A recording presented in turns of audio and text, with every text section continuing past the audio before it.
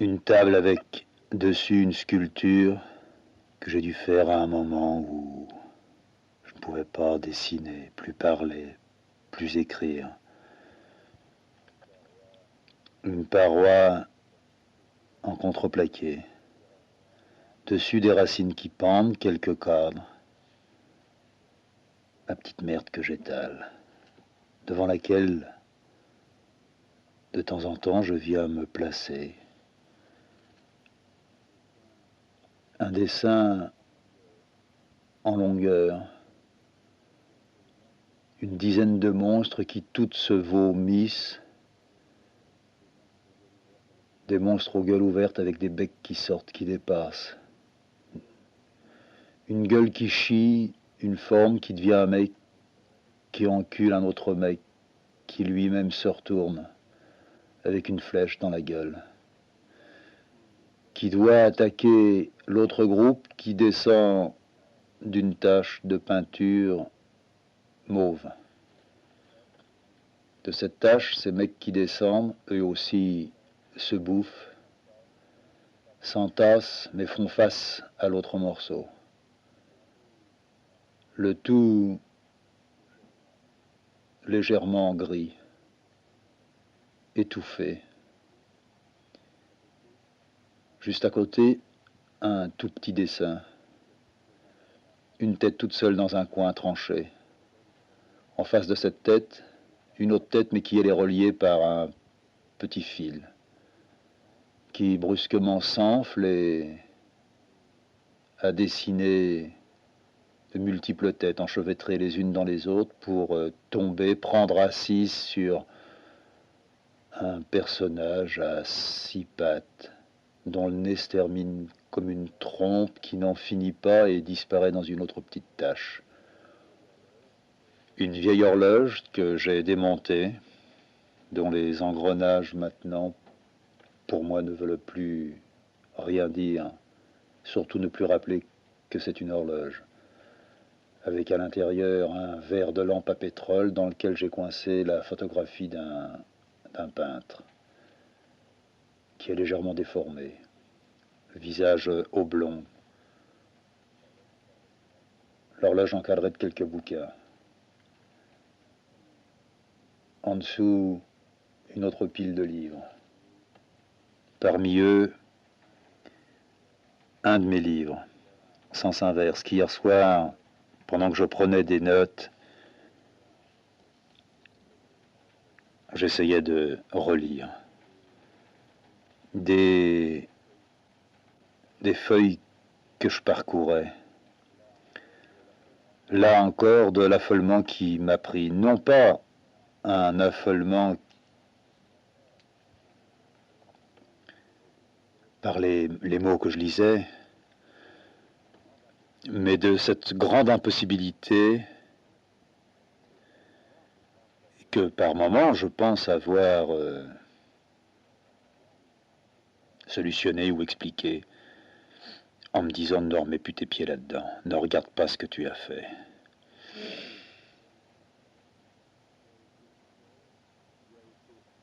Ce qui a été fait ne me concernait pas et me concerne moins que jamais. Ce qui se trouve sur ce petit palier où j'ai dit déposer et entasser là mon merdier, c'est tout simplement un tas de fumier. Je me suis dit, il y a quelque temps, pas la peine d'essayer de comprendre, jamais j'ai voulu m'adresser à quelqu'un, mais si je retourne ça me mène où? Au guichet de la gare où j'étais tout à l'heure et où j'étalais sur la plaque de verre une merde que le guichetier de l'autre côté de la vitre était venu embarbouiller de la sienne, d'une gifle que je lui ai donnée à elle, alors qu'elle tremblait parce qu'il y avait dans notre dos dans la petite ruelle, tout le village qui était là, que j'ai menacé d'une arme. L'ai-je menacé? Est-ce que je suis sorti dans le village cette nuit-là? Est-ce que j'ai regardé derrière des vitres? Non. Et si, non pas le moment est venu, mais supposons que je fasse une mise à nu. Imaginons que, non pas le jour soit venu, mais que je décide de dire, je sais ce que je vais dire, de dire toute la vérité. Cette vérité-là qui, de toute façon pour moi, ne veut absolument plus rien dire. À partir du moment où, mais donnons des exemples plus précis, j'ai écrit la Gana. J'ai écrit la Gana dans des conditions particulières, mais tout est toujours particulier. J'y avais à la fois pensé, je m'y étais essayé, à chaque fois j'échouais. J'échouais parce que chaque fois que je mettais une feuille sous ma main ou une feuille dans ma machine à écrire, je me rendais compte que je repartais à partir d'un point qui était « je sais ». Et je voulais développer ce point « je sais » et non pas me mettre à juger ce que je me mettais à développer, mais à le contenir. Et tous mes échecs du début ont été « je contrôle trop ». Le hasard de cette maladie a voulu que je reste allongé pendant des mois et que je possède une petite machine à écrire. Cette petite machine à écrire qui m'a amené à lentement fabuler, tombant là dans une autre vérité, beaucoup plus vraie que celle qui avait été. Parce que, mon petit père, s'il est exact que j'ai vécu dans une cave, et fin de compte, il n'y a pas de quoi en faire un fromage, s'il est vrai aussi que je me suis plus ou moins laissé baisouiller et sucer par une femme, quand j'étais ce qu'il est convenu d'appeler très jeune, cette femme-là, qui n'était pas la Pernie, mais la Paulette, m'a amené à imaginer la Pernie. La Pernie qui a un peu existé, mais qui est une femme que j'aurais jamais pu baiser. Que j'ai peut-être voulu baiser, mais là n'est pas la question. J'ai fait faire à Pernie, sur moi, non seulement ce que j'aurais peut-être voulu faire avec elle, mais faire plus vrai dans ce qui était faux, un quelque chose qui me construirait, me structurerait. En un mot, une propre petite mythologie construite à coups de mensonges, des mensonges qui me tiendraient lieu de petites béquilles et avec lesquels je me reconnaîtrais. Le vieux, la vieille, sans histoire. À un tel point, c'est que si j'essaie de remettre les pattes là-dedans, je ne sais plus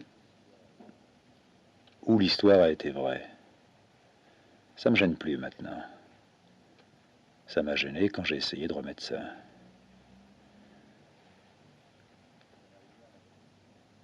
La marinière n'a jamais existé. Elle est sortie tout droit d'une autre existence. Le petit préventorium où je suis allé, il existe davantage maintenant que je l'ai complètement réinventé que la réalité vraie de ce qu'il avait été pour moi. L'oncle, oui aussi, mais tellement moins tout ce que j'ai pu en dire. À un point, c'est que de l'avoir fait comme je l'ai fait, c'était moi que je fabriquais. Je lui ai fait dire ce que j'aurais voulu, moi, dire si je m'étais trouvé à sa place. Ça n'a rien à voir avec qu'il n'était pas aussi formidable ou dégueulasse, ou... Ça n'a rien à voir avec ça. Seulement, le moment est venu de interroger, non, pas ça, mais d'essayer de voir un peu plus clair. Non pas le comment j'ai fait, mais le comment je suis arrivé à. Jusqu'à la rencontre de Cécile, je m'engluais, je m'engluais, pas autre chose. Je regardais un peu derrière, et il fallait pour que ça soit dit, y rajouter ce que je commençais à découvrir. Et comme a pu me dire un jour Bagulet, moi aussi j'ai des tas de choses, seulement je ne peux pas, comme vous, les exprimer. Il fallait que pour les exprimer, je noircisse ou je brûle. Seulement, noircir et brûler, j'ai très vite compris que c'était me noircir et me brûler. Et si, je suppose, certains peuvent noircir et brûler, non pas à heure fixe, mais à certains moments particuliers, moi, en noircissant et en brûlant, c'était toute ma vie que je noircissais et que je brûlais. Un ou une émission d'ondes sur une même longueur d'onde qui allait s'enchevêtrer, s'accoupler, forniquant les unes dans les autres et par les autres, arrivant à un petit palier d'un immeuble que pierre après pierre je pose et je dépose, d'un ciment que j'ai voulu être ma propre merde, mais d'une découverte de l'importance de cette propre merde. C'est moi qui ai besoin de m'expliquer. Il faut m'entendre. Tout à l'heure, je parlais de contradiction. Quelques années, j'ai joué cette contradiction.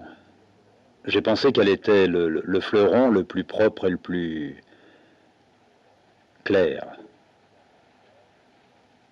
d'un gars ce qui n'a rien à voir avec de là où je viens. Parce que les questions que je me posais, ai-je le droit ou ne pas le droit, je crois que j'étais en dehors du coup. Mais puisque je pensais, je développais, comme on a des propres toxines, mes propres antitoxines. Je me rendais compte que cette contradiction n'était plus supportable à partir du moment où je pouvais justement devenir cet autre gars que j'étais avant, c'est-à-dire un gars qui parle et qui ne se trompe pas quand il mange, qui coupe bien sa viande dans le bon sens et qui surtout se la fout bien dans la gueule.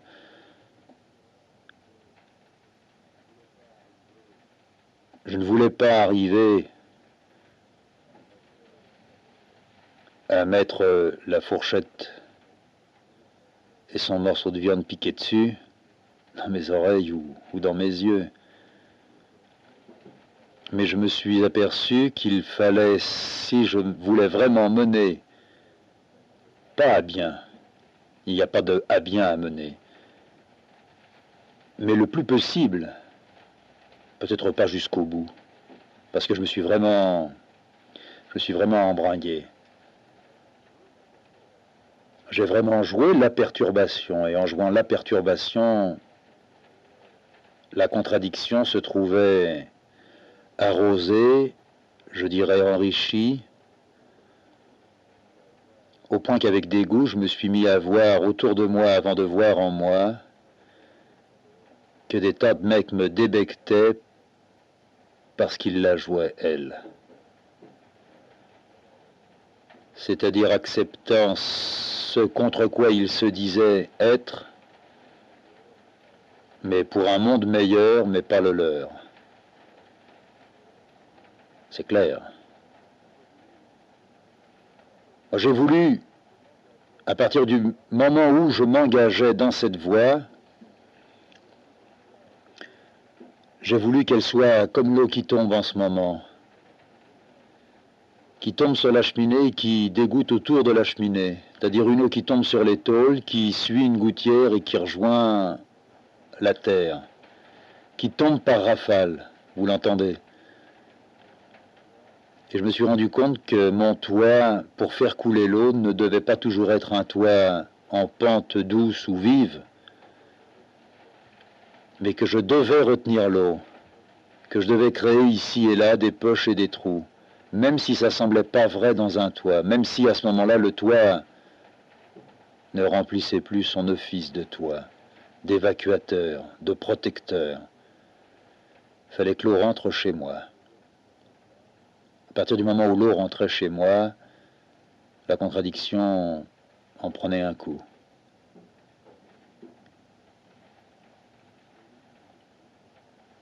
J'ai eu comme point de départ presque toujours la réalité. Seulement dans cette réalité, le jeu que j'utilise, enfin, que je brandis, que je jette, mais vers lequel toujours j'essaie de me réfugier, ce jeu-là, lentement, alors que les autres font en quelque sorte un chemin qui les épurerait, moi, c'est un jeu que j'entoure comme un épouvantail de tout un tas de fringues et de frusques. À une époque, je pouvais très bien penser et voir ensuite ce que j'avais pensé, et disséquer cette pensée. Maintenant, si le besoin se fait encore de temps en temps sentir, c'est moins m'expliquer ce que j'ai pensé que, à partir de ce que j'avais pensé, aller encore un peu plus loin. Même si c'est fou, j'ai plus peur de ça. J'ai pu tout à l'heure donner une gifle dans la gueule de Cécile. Une gifle fausse, que j'avais peut-être envie de lui donner et que, en la crachant dans mon micro, j'ai expulsé. Je l'ai jamais giflé, je le giflerai jamais. J'ai voulu partir et je suis parti dans le ravin, sur la petite route. Je suis jamais parti dans le ravin sur la petite route. Je me suis jamais fait tremper comme je me suis fait tremper, comme je l'ai dit.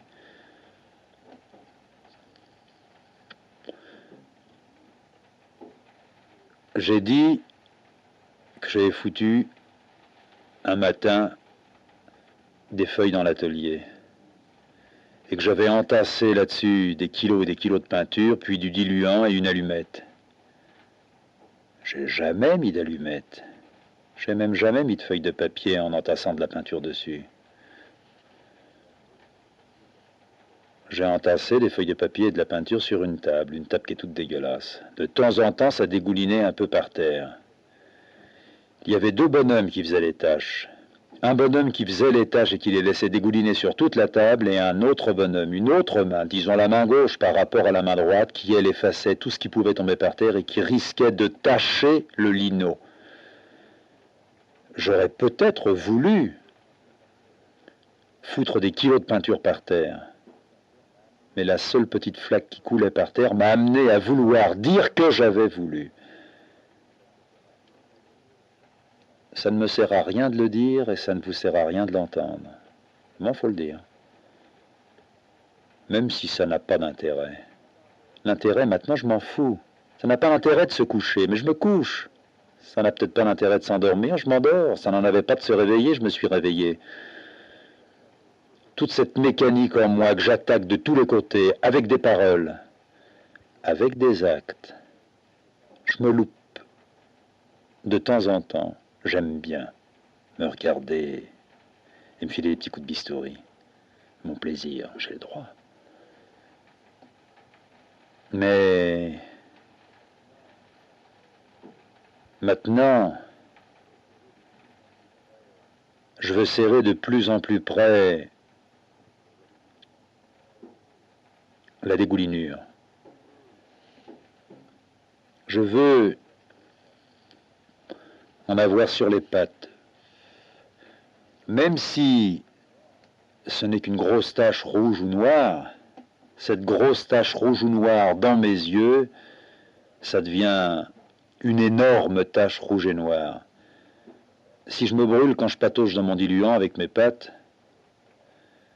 je suis plein de gerçures et de crevasses. Si ça ne s'arrête qu'à mes pattes font partie de mon corps et j'ai l'impression d'avoir des gerçures et des fentes sur tout le corps. Le roi n'a jamais existé. Non, il n'a jamais existé. Je vais vous dire ce qui a existé de lui. Son nom. Son nom parce qu'un type s'appelait vraiment le roi. Il n'était pas du tout enfermé dans sa piaule. J'étais pas du tout enfermé dans la mienne. Quand je suis arrivé au poste, oui, il y a eu un silence. Un silence qui a trouvé son explication le jour où je me suis mis à le gonfler et à le faire passer par une autre vallée que celle qui était la vallée à l'époque. Oui, je suis allé là-bas. Moi, quand j'ai rencontré le roi, c'est lui qui était à la cuisine, et comme on était tous les deux des célibats, bon, on a bouffé ensemble.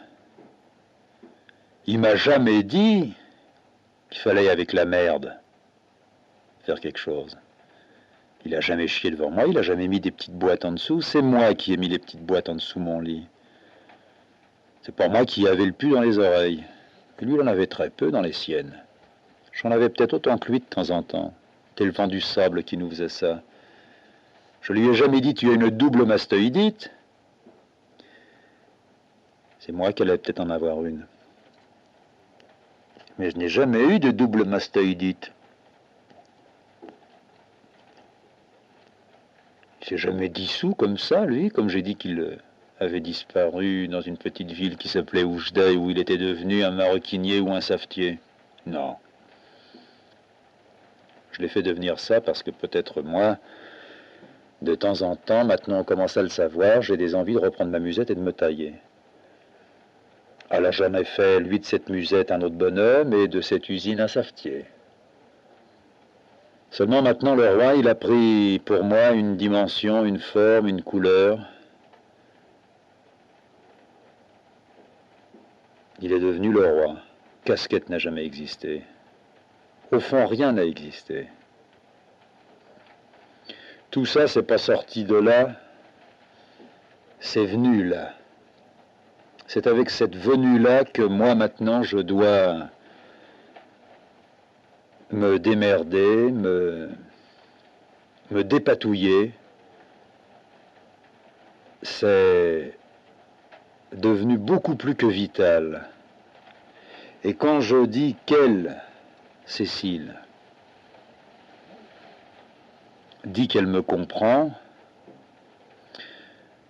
je crois qu'elle me rassure sans trop savoir qu'elle le fait, qu'elle me rassure dans mes déambulations.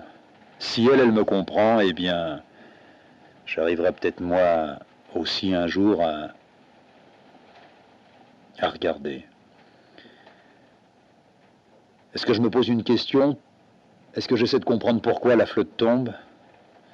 Pourquoi un avion en ce moment passe au-dessus de moi? L'avion encore, je pourrais y arriver.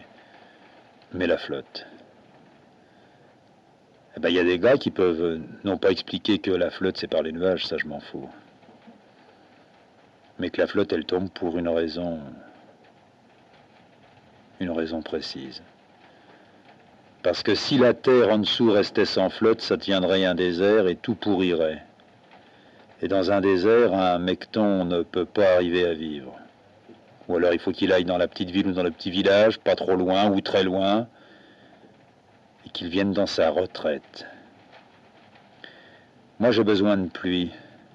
La pluie, je la fais venir, mais je l'invente pas, elle existe.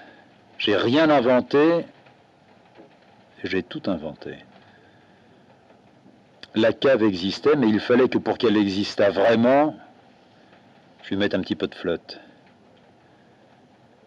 On me triturait la queue, je me la triturais, il fallait que je prenne la Pernie, qui s'appelait en fait la Pernod, qui était vraiment la femme d'un ingénieur, mais qui était une tête de con.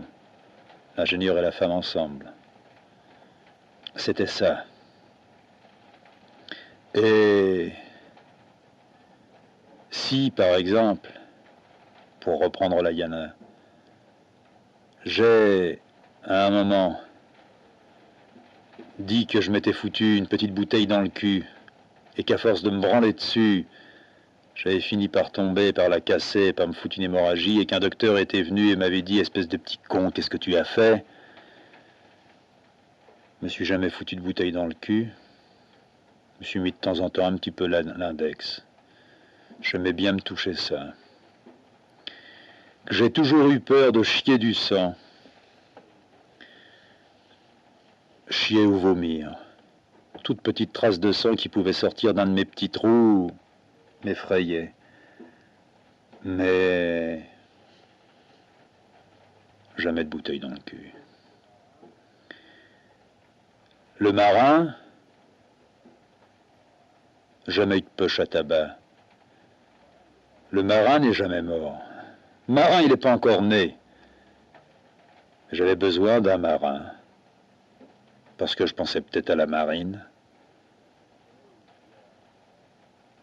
Comprenez, il y a des gars qui ont une certaine intelligence ayant reçu un enseignement ou une méthode.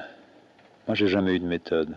J'aurais pu passer toute ma vie sans même penser à un petit embryon de quelque chose qui avait existé 1 an, 1 mois, 1 jour, ou 100 ans avant.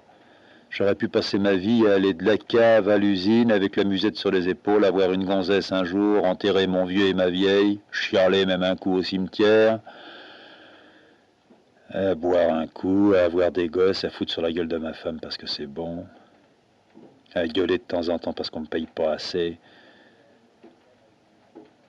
et même à amener ma femme à oublier complètement les coups que j'irais foutu sur la gueule, et mes enfants à oublier que j'étais leur père, que j'avais forniqué un jour et qu'ils étaient nés de cette fornication. J'étais fait pour ça, et j'étais fait aussi pour autre chose.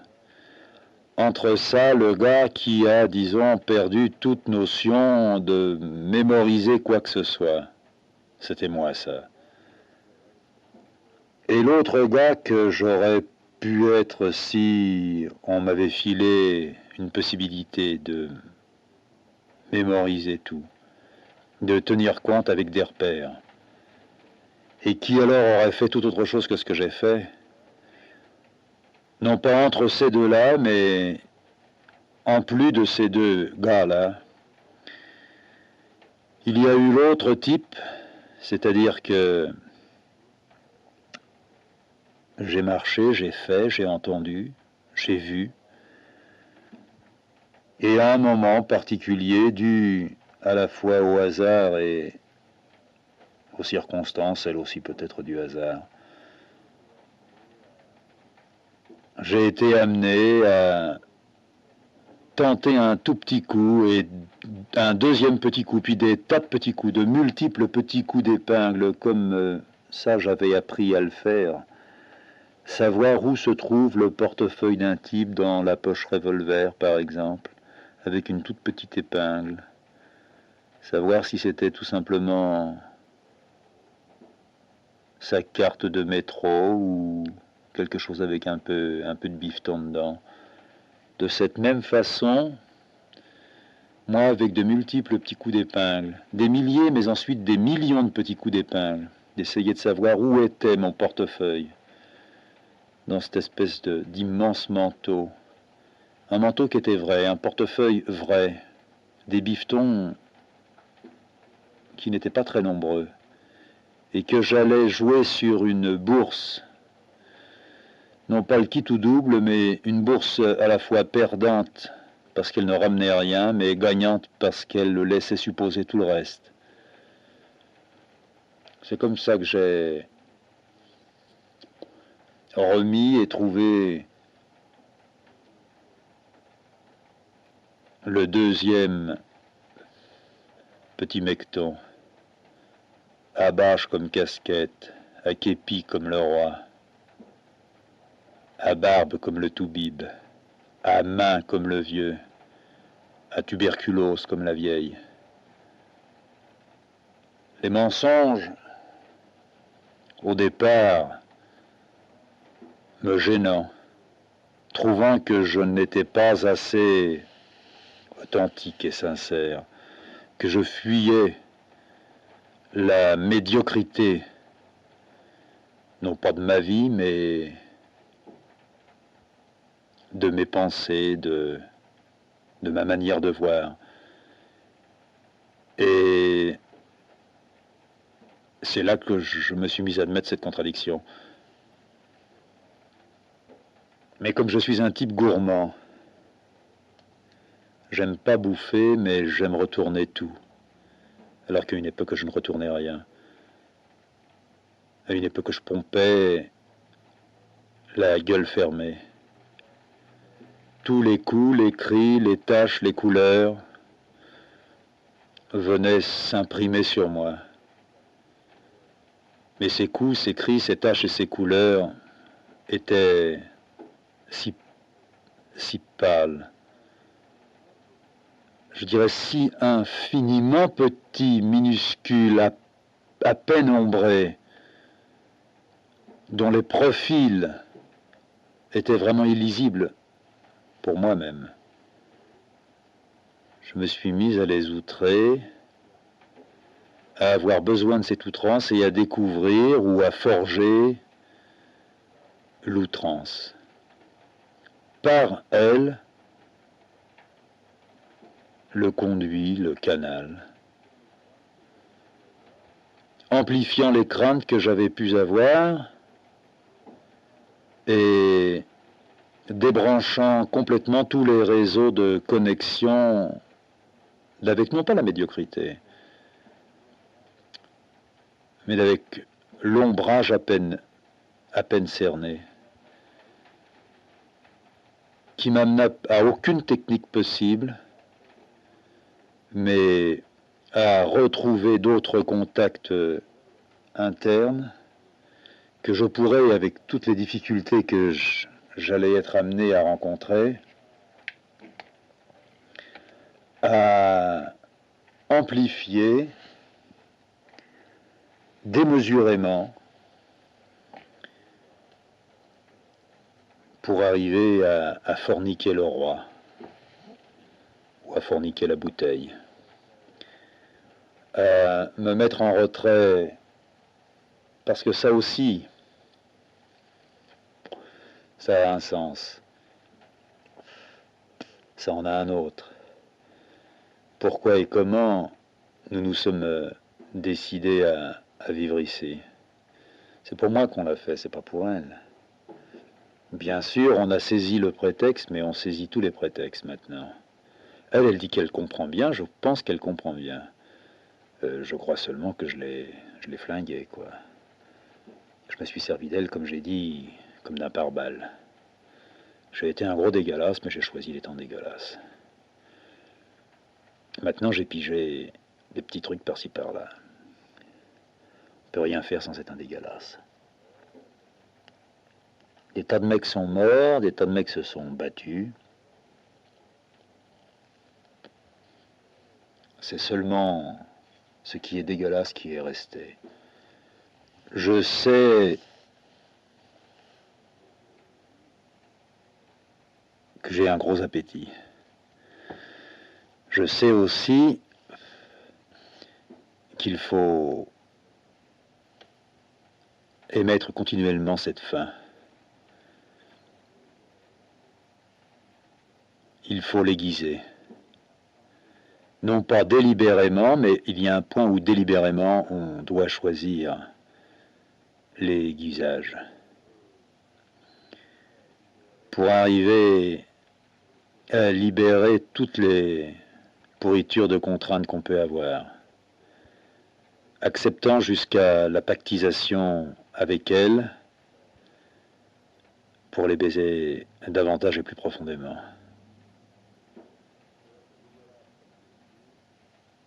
Pour être dégueulasse comme je le suis, à une époque, je m'habillais même en dégueulasse. Je ne faisais en aucun cas attention à ma tenue ou à ma nourriture. Or, et ça ne me fait pas rire, j'ai découvert que je pouvais faire quelquefois des choses très dégueulasses en étant on ne peut plus bien fringué. Je ne pouvais monter dans mon atelier et renouer avec le bordel, parce que seul le bordel existe, en ayant une chemise et une cravate. Le matin, quand j'ai passé 2-3 jours à tournoyer chez moi,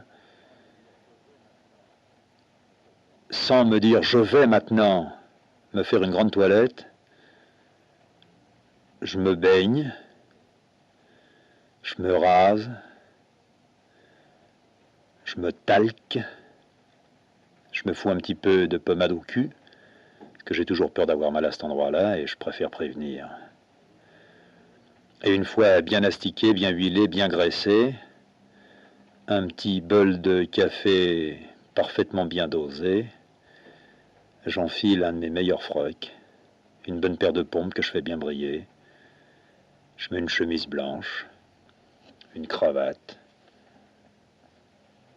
un pull-over ou une veste, puis je monte dans mon atelier. Au préalable, j'ai fait un bon nettoyage chez moi, passé l'aspirateur, fait glisser le loup et le balai avec un chiffon au bout en dessous tous les meubles, secoué tout ça par la fenêtre, donné même un coup d'encaustique sur les tables. C'est une fois cette toilette faite, moi-même dandy et gandin, que je monte dans mon atelier et que pour retrouver la salissure, je me salis. Je tâche ma chemise, je tâche ma cravate. Je rouscaille après toutes ces tâches. Lentement, je m'énerve et je me débecte. Pour terminer dans un vautrage complet. 8 jours auparavant, peut-être tout dégueulasse, je continuais à avancer dans mon trou. 8 jours après, il faut que je devienne propre pour redevenir à nouveau dégueulasse et patauger dans mon trou. Comprendre, c'est quelque chose. Oui. Il y a des jours où votre femme doit être propre, où la femme qu'on va baiser doit être sale. Quelquefois, c'est la même femme. La jouissance est aussi forte avec un cas qu'avec l'autre. Il y a donc des jours où, pour se baiser, il faut sentir l'odeur, la bonne odeur d'eau de Cologne. Et d'autres jours où il faut sentir la bonne odeur de merde. Il y a des jours où pour rien au monde je ne chierai, je ne pisserai dans mon atelier. Et puis d'autres où j'ai mes petites boîtes et que je remplis. Je n'aurais jamais pensé à ces petites boîtes, ou plus exactement, je n'ai pensé à ces petites boîtes que parce que j'ai écrit que je devais chier dans des petites boîtes. L'idée, elle est venue de là. Toutes les idées viennent comme ça. Tu écris ou tu dessines, et c'est ce que tu as dessiné ou ce que tu écris que tu vas te mettre à faire. C'est-à-dire, ta vie n'est pas avant, ta vie est après ce que tu as fait. T'essayes bien de temps en temps de relier, de renouer, de faire une sorte d'épissure, mais ton épissure ne tient, n'est soudée, n'est valable que si tu rafistoles deux petits bouts de cordelette que tu n'avais jamais prévu, trouver, découvrir et même rafistoler. Le courant, il peut passer dans du bois. Tout est possible, mais pas toujours dans du métal. La preuve,